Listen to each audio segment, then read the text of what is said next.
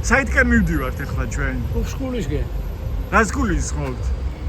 რა სკოლის ხობდა ევროპისკენ ასული უკან დაგვაბრუნდნენ კაცო.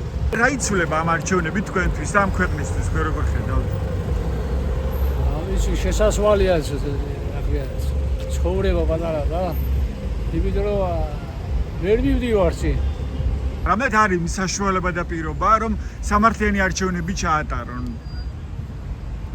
ამისი არ მგონია სამართლიანი არჩევნები ჩატარდეს, იმიტომ რომ ხალხმა უკვე უნდა ევროპა და აგენი რუსეთისკენ მიაქანებენ ქვეყანას და აფერ ჩაატარებენ, რა ვიცი, აფერ ჩაატარებენ. რა ვიცი, გაჭირებული წავა ცხოვრება.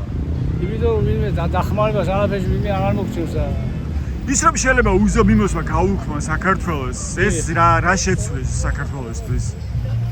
უზო მიმოსვლა შეცვლის, ესე იგი ხალხი ვეღარ წავა, აქ საქმე არაა, ვერ დაასაქმეს.